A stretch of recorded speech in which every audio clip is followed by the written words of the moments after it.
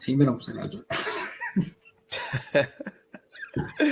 Hello, listeners. Welcome back to another episode of the New Block Nerds podcast. I'm your host, Chris, with my homie, Duran, a.k.a. Medic Grizzly. Duran, how we doing, bro? Doing good, B. How you feeling today?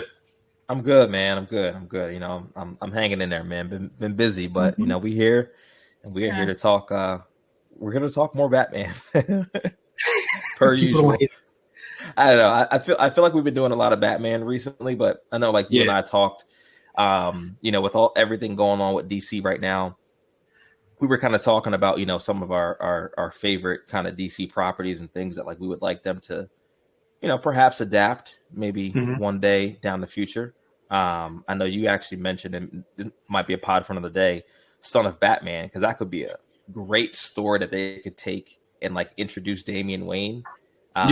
Since that's what James Gunn wants to do. But I know we've said it on a pod before, but I know one of our favorite DC and Batman movies ever is Batman Under the Red Hood. So Facts. I know we wanted to kind of talk about this because I do feel like, and we'll get into it in more detail, but I do feel like this movie really captures the true essence of what makes Batman Batman.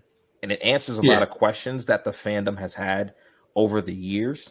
But I'm excited to get into this one. But I know you just freshly rewatched it, so I want to get your thoughts on someone who's just like fresh off it. First of all, everybody, it's on HBO Max. It's only an hour and a half. You can watch it right now. The reason rewatched, it's been a long time since I actually laid eyes on it, and it reminded me so much on why people love Batman. I get it. It's not just because of Batman. It's because of the characters and the family that's with Batman. So before this movie, everyone knew about Robin, Nightwing. Red Hood was a different flavor. It was just basically, I'm going to jump in there. I'm not there. I'm going to follow the rules. I'm going to be my own type person. Almost like an anti-Batman, but still have a little bit of Batman inside of him. And we as fans have never experienced that on animation form before. And it also ties in with Under Red Hood being the original Joker. So it was like a formula of like madness and also like family ties of like a mirror looking into there like what I could be versus what I want to be. It was freaking awesome. So who's your favorite Robin? My favorite Robin is probably Dick Grayson. Yeah, why is that? I just feel like that he's the best Robin. I mean, he's the OG Robin. I feel like he's had the best career post Batman. I think, and we'll get into this a little bit about like the difference between like Dick Grayson and Jason Todd, which is, you know, who later becomes Red Hood, for those people who are listening who don't know. I think the main difference between Batman, Dick Grayson, and Red Hood, Jason Todd, is Dick Grayson actually has like a very kind heart that really separates him from Batman, which is one of the main reasons why Dick Grayson decides to leave, right? It's because he felt like, and they touch on it in the Titan show, where he felt like he was becoming too much like Bruce, and he didn't want to become Bruce. So, which is why I feel like even in like Nightwing comics and adaptions, or whether it's animated or whatever, Nightwing is a little bit more kind of like, I don't want to say happy-go-lucky, but for lack of a better phrase, because, you know, he is not the brooder. He's not that's not who he is, right? And that's such a big contrast to Jason, you know, after Dick Grayson, and it's kind of like how the movie kind of starts out. They talk about how Batman found Jason. Like, Jason is just a street rat, pretty much. Yes. And he had such a different upbringing than Dick Grayson did. And I think this is one of Batman's greatest failures, is bringing Jason on, because I feel like someone like Batman should have seen the signs, right? Like, Jason, he is you. Yeah, I mean, he's and I think the thing that messes Batman up so much about the return of Jason is Jason is a mirror to Batman if Batman would have gone down a darker path. Yes. So I feel like that's why Batman carries so much guilt, because he's like, I took this already angry kid and taught him everything that I know. Yes. In hindsight, probably a shitty idea.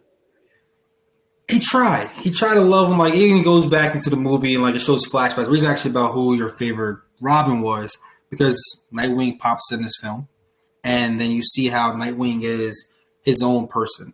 And like we were at the I think they were loading dock by the trailers, shipping dock, and they were like, "Who's that?" Oh, that's the boy Wonder.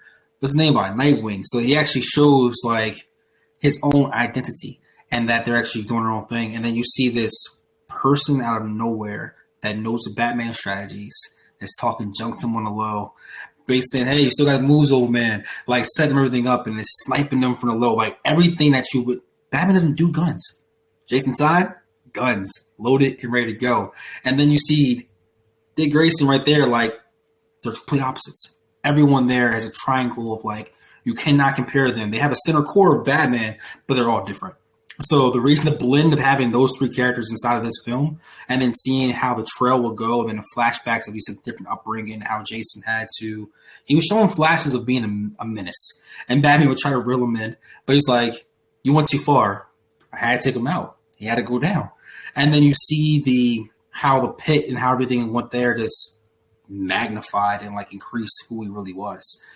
It was so cool because it wasn't something that I ever thought a Batman story would go. It was refreshing. And then now knowing that Batman family, that we always knew that Batman and Joker, there's like the whole seesaw battle. And then you add a person that's in the middle who wants to kill Joker for what he did and doesn't have the same moral compass as Bruce. It's a freaking perfect blend. Yeah, no, yeah, I agree with you 100%. I think, man, it's again, he should have seen the signs. I mean, the first time he meets Jason, he's literally like stealing the tires off the Batmobile with ease. And he's like, you know what? Batman's like, you know what? You're gonna make a great Robin one day. Yeah, who does that? Like that's your interview process, pretty much. But you know, to your point, I think again, like one of the reasons I love this movie so much is because it shows a Batman who is in his prime, right? This is after Dick Grayson leaves and becomes his own thing. Batman is no longer young and rageful, right? Yep. Like compared to Robert Pattinson's like the Batman. For example, you remember that one scene on like the train platform where he beats the hell out of that one guy, right? Mm-hmm. And then he stands on top of him and gives him two more for good measure, right? That's a young Batman who's like still dealing with his rage, right? Yes. This Batman in Under the Red Hood, he's been out there for probably at least a decade. He's seen everything, even like in his fight scenes in this movie, he's not usually on the attack. Mm-hmm. He's there to come in, subdue, do recon, and then get out. Yep. Right? Like I feel like that's a different. This is where like Batman is like at his best because everywhere he's at in this movie, Batman's in control. Yes. No matter what's going on, there's never any moment where you feel like Batman does not either have the upper hand or will very quickly get the upper hand. Yes, and during the whole fight thing is a beautiful thing about it, but then also showed that Batman still had a emotional attachment for failing. He said his two biggest fails were what happened to the Joker originally that made the Red Hood and then seeing what happened to Jason. So you saw him being more mature and fighting, what you're mentioning, but it also showed you that he has some baggage that he really hasn't really went through. And then seeing when they had the whole sort of, Black Mask is also a good part to this whole film. That was a good side, kind of relief, but at the same time showed Jason was trying to do a different tactic. They're not going to Littlefinger. I'm actually going to try to control everything. You got to stay with the kids. So he still had a moral compass a little bit, but he wanted everyone else to die. And then seeing Batman taking the DNA from the sword and realizing it's him, and then he's not in control. That whole what happened. Then he has to go and find out that it wasn't Jason actually inside the coffin. It just shows him unraveling this man is supposed to be Batman, supposed to be in control of everything, the detective. And there's parts that he had no control over. He's like, back to being a father. Yeah. And I think a lot of that has to do with grief, right? I mean, and him and Alfred are talking about it after, you know, he discovers that that's not Jason's body in the casket. It's just like, you know, I didn't even bother to check when I brought him home. You know, after he died, I didn't even bother to check because he was in so much grief, right? Because you got to remember, this is kind of like that, you know, that age old kind of question about, is Batman a terrible guardian for bringing children in to fight crime? Because this is the kind of shit that can happen. They can fucking die. This track record's not good, right? So like, I feel like Jason's whole story is one of the more realistic parts about the Batman mythos, right? Yeah. Especially, you know, I'm going to say, you know, more of the more realistic things when we're talking about Ra's al Ghul and the Lazarus Pit. But of course, when you look at a person like Jason, who grew up the way that he did, is trained to become Batman's sidekick, is tortured to death by the Joker, and then is resurrected by Ra's al Ghul, is it any surprise that he comes back a little loose?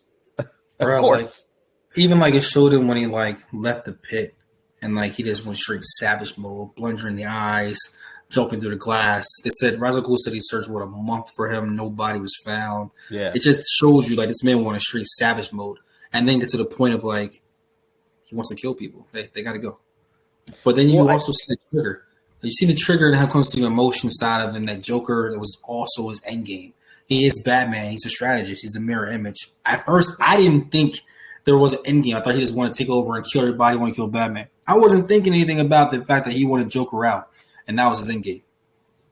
Yeah, I think that's a good point. I mean, hindsight's 20/20, right? But like, yeah, I think when he was starting to take over the crime in Gotham and kind of becoming like, you know, Gotham's like crime boss,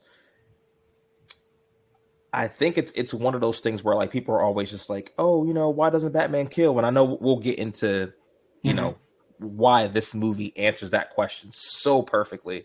Yes.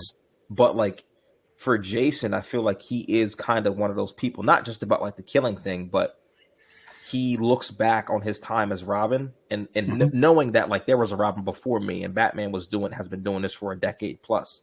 And like how much better has Gotham actually gotten? Like is the progress actually even measurable? Right.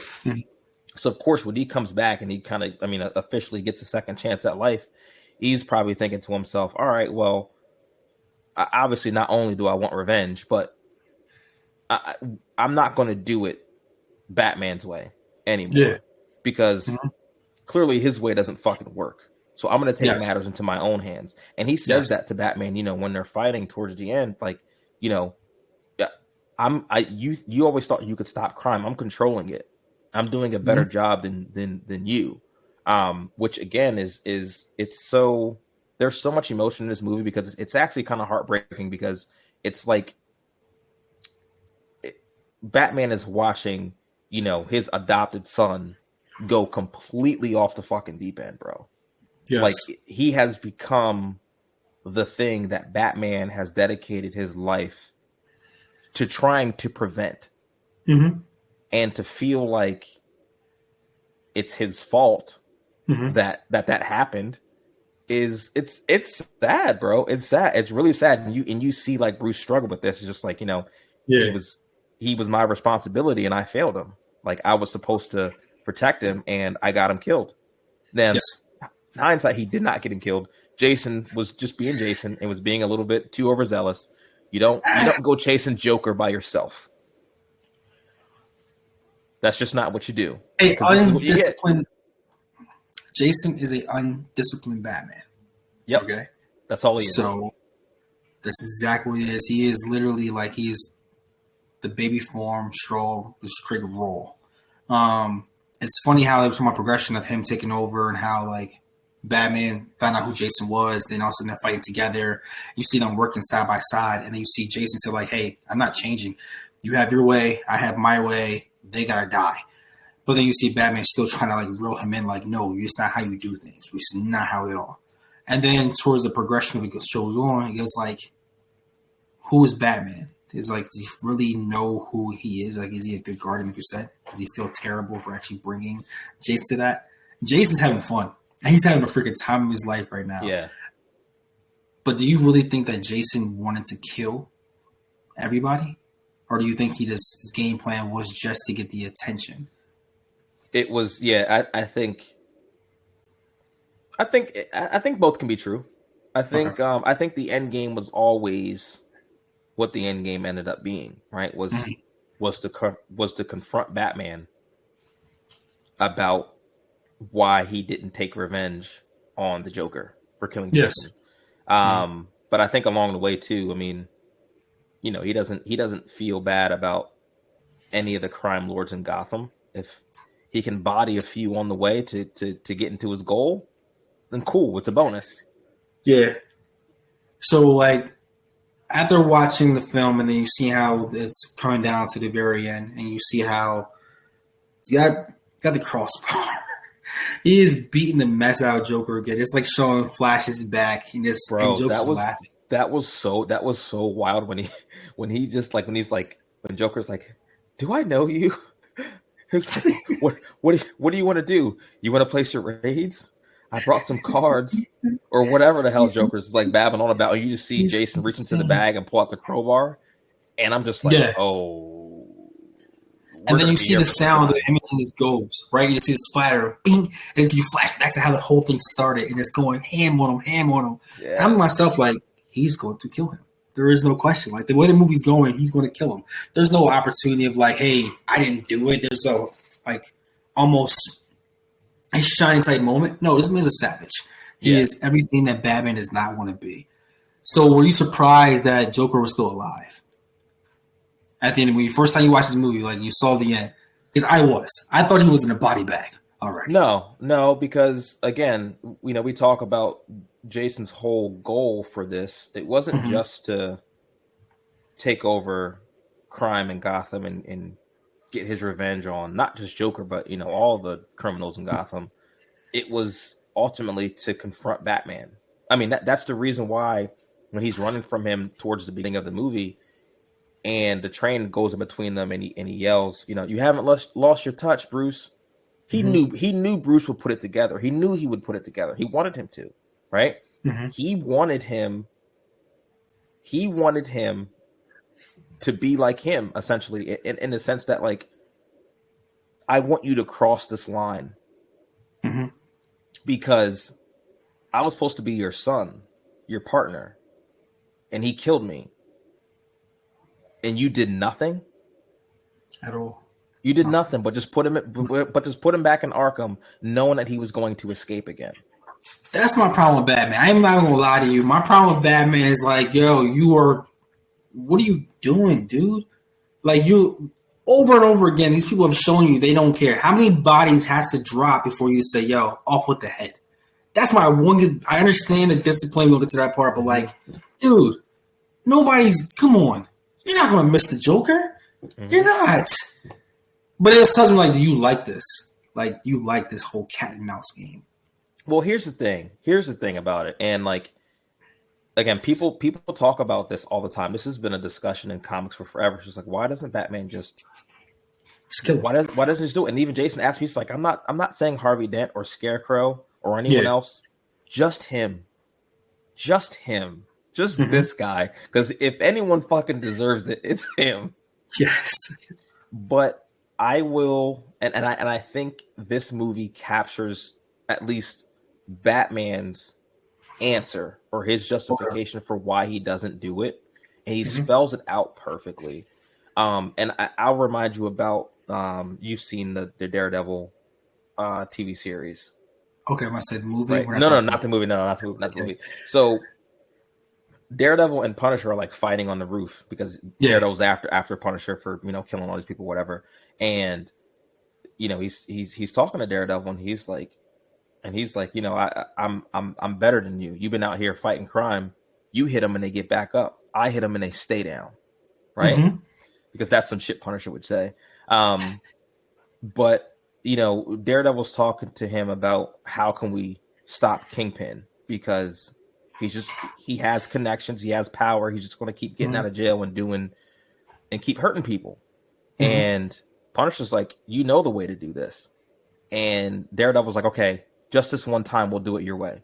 And Punisher, as murderous of a person as he is, looks at Daredevil and he says, no, you don't understand. This isn't just a one-time thing. Once you cross that line, that's who you are now. Ain't no going back. Yes.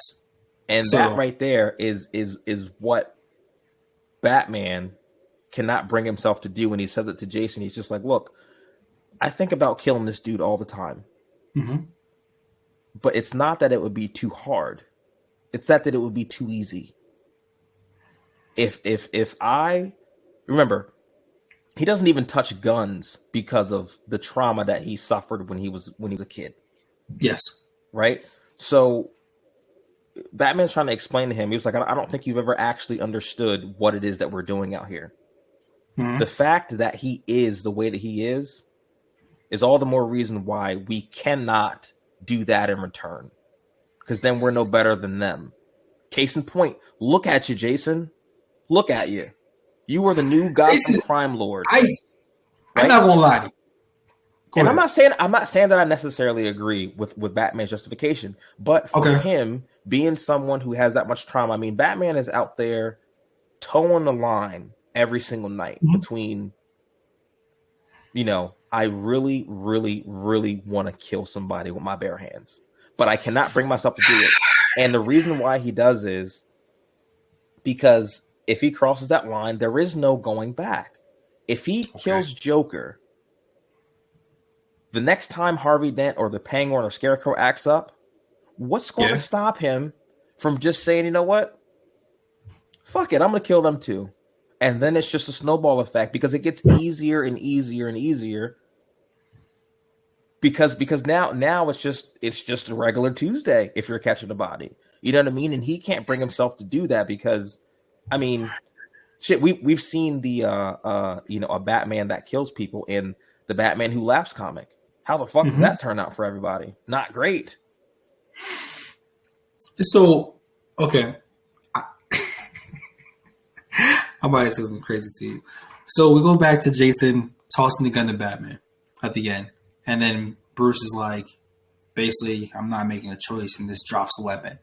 And then you see Jason like just reacting. He's not planning for that. He planned for him to make a decision on what he's going to do. And it just shows you that Batman just is at a different level than he is. Yeah. And then you see the maneuver as like, I knew you were going to pull the trigger, back to everything else. And then it shows you how sick the Joker is because a bomb is being ticked. And then Batman's going to save the day. And he's like, no, this is the perfect ending. And then he grabs him.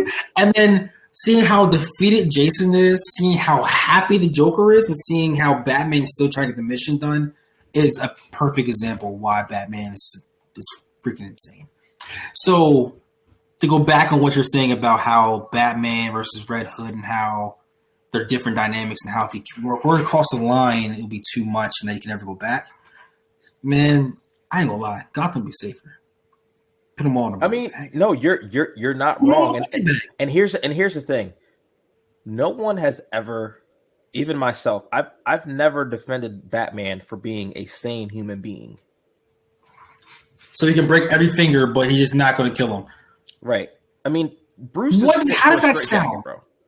Yeah, he really does. I mean, if he wasn't a billionaire, he'd probably be in Arkham with the rest of them.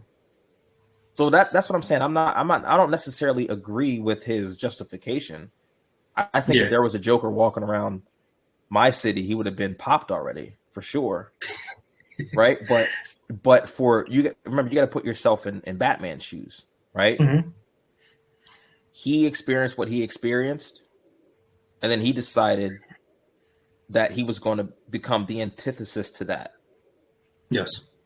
So, and he's crazy. We all know that he's actually crazy. We all know this. We all know this. So, like, someone like him, he cannot bring himself to cross that line because he wouldn't be able to differentiate from just Joker. Because Harvey Dent has killed people. Penguin has killed people. Scarecrow's killed people. Mr. Freeze has killed people.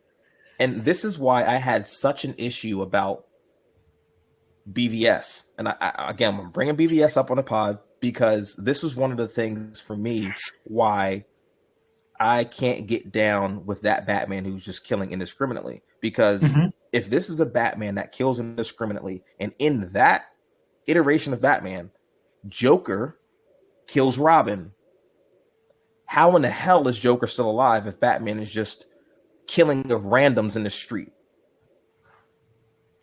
How is there even a Suicide Squad movie? Deadshot, Harley Quinn, everyone in Arkham, Amanda Waller, all of them would be in bags. That's a really good point. Really good point. So it doesn't make any narrative sense. If Batman is going to kill people, he's not going to kill a random nameless, faceless henchman who's driving the getaway car and not kill the Joker. It doesn't make any logical sense. It's stupid and it's lazy. So is that why Under Red Hood is one of your favorite films? Because of the moral code, the compass, and just the discipline that Batman has and why he cannot be like everybody else. Yeah, because it spells out pretty clearly why he has that code. Why he cannot bring himself to do it. And again, he raised Jason. He trained Jason to be Robin, which is Robin. The mantle is it's Batman's sidekick. If someone who has the training of Batman decides to start killing people, you become Red Hood. Okay. That's what Batman is fighting against. He's trying not to be that person. So if he decides to kill someone, he's just Red Hood on steroids. Which would be freaking OP. And don't forget, again, remember, in this iteration of Batman, he was also trained by Ra's al Ghul, which is why Ra's al Ghul was the one who took Jason and brought him back to life, because he felt like he wanted to do something nice for Bruce, because Bruce used to be his student. What is Ra's al Ghul's objective? He sacks civilizations. That's what he does. Conquer the world. So, like, again, Ra's al Ghul, Red Hood, all these kinds of anti-heroes who killed, that's who Batman would be if he decided that he was going to kill people. All those people Batman fights against. So for people like yourself that are pro-Batman, I can see why this was a great film. So between 0 and 5, who's rate this film? Ooh. Yeah. You can't get everything 5 because we're going to visit some other ones. So we're going to go back. We have receipts now. Honestly, and this movie is not long. It's like an hour and 15 minutes. I think it's great all the way through. I would give it like a 4.5 out of 5. Okay.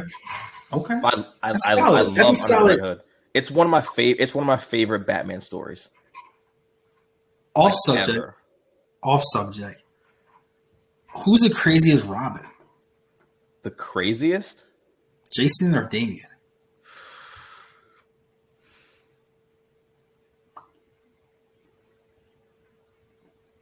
I would say Jason. I would say Jason. Jason's crazy.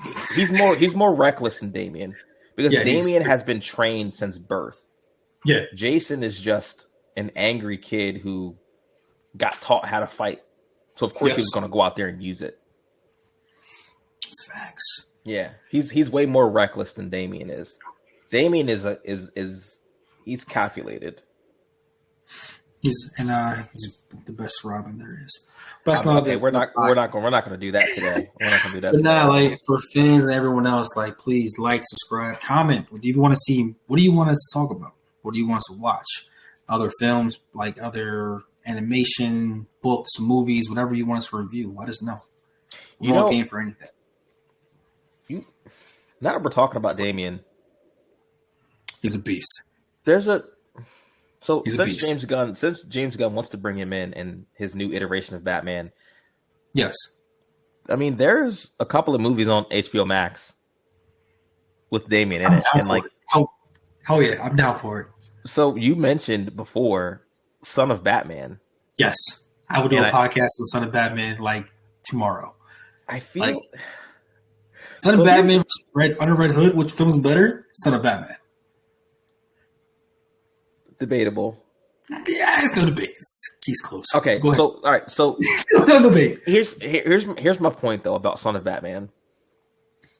If they're bringing Damian in, and I don't know if this is going to be like an intro to Damian or Damian's already operating as Robin, like when the story begins. But if they're not, an adaptation of Son of Batman will be perfect because you get to number one, you get to introduce Ra's al Ghul, Talia, Deathstroke, Nightwing. Like you already get some of the Bat family in this.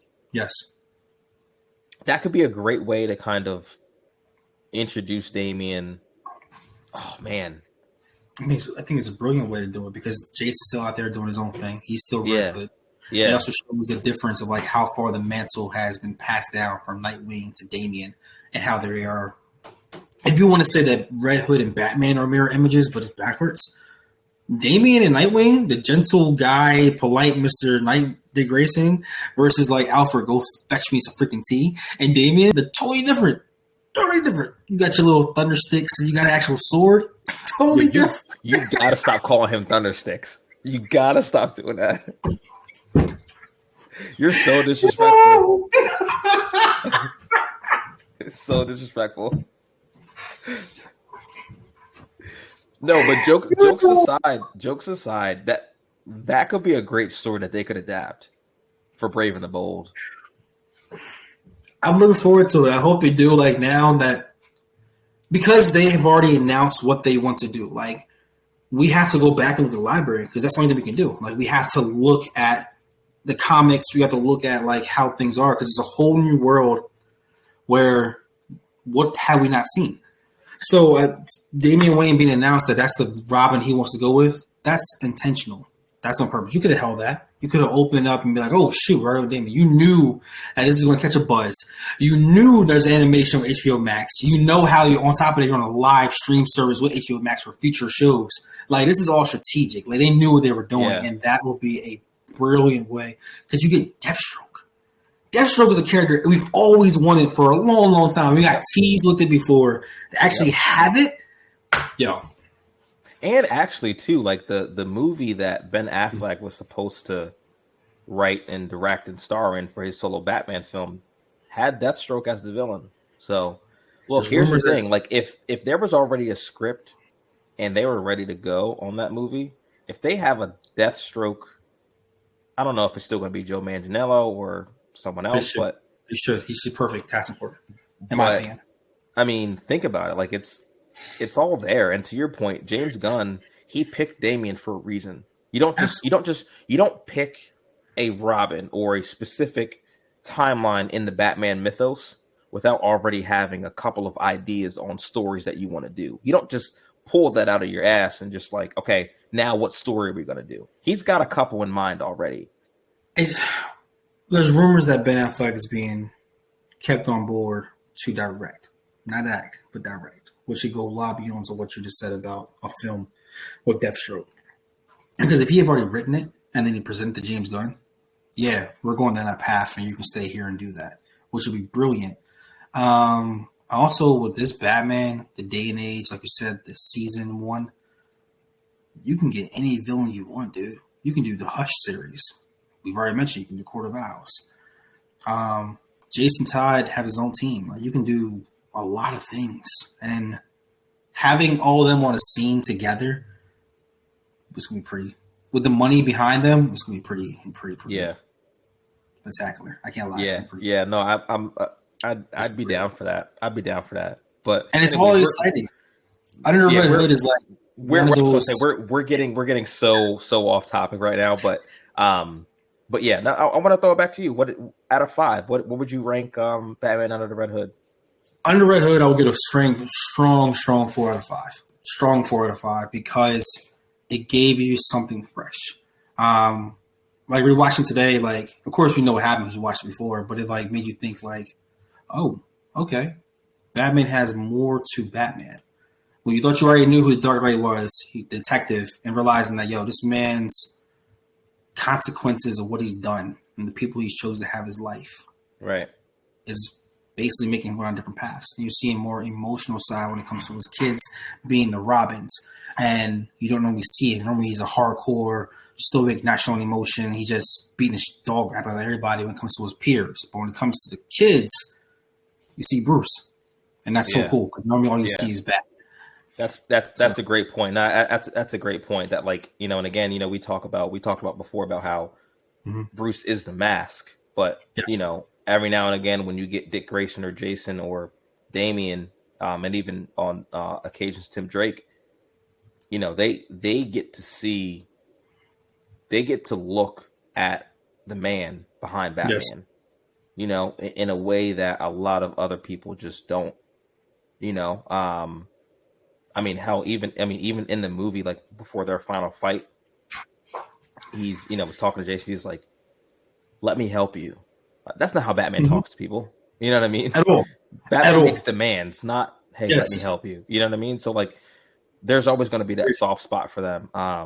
But you know, that aside, that final fight scene when they're in the bathroom, Batman keeps the ever-loving dog shit out of he punched the man through the actual jaw and smashed his face on the actual on the sink. It was like, yo, bro, you not with this. Like, it's over. Like, it's not what you want, kid. This is not what you want. Like, you had me earlier when I was trying to figure out who you are, but now I know who you are. Get over here, bro. To be nice to your little scrawny ass. A couple of times. I'm still daddy. But great film. If you haven't seen it, please go see it again. We love you guys. Appreciate you guys. This one's a little shorter than the other ones, but we're going to start doing more animation type films from anyone you guys want us to do. I know you mentioned The Boys. We got to do a Boys podcast. Yeah, we do, because The Boys season 4 is getting ready to come out. That's when it comes to. If you guys are not watching that on Amazon Prime, boy, you need to get with it, because it is. What about Invincible? I just thought about that's Amazon Prime. That's a brutal one. It's a different one. Yeah. We got some stuff. Those are for pods for another day. But I know, but just like thinking about it, we got some stuff. You got anything else, bro? Nah, I appreciate you guys. Looking forward to the future. Yeah. Well, you know, don't forget to like, subscribe, comment.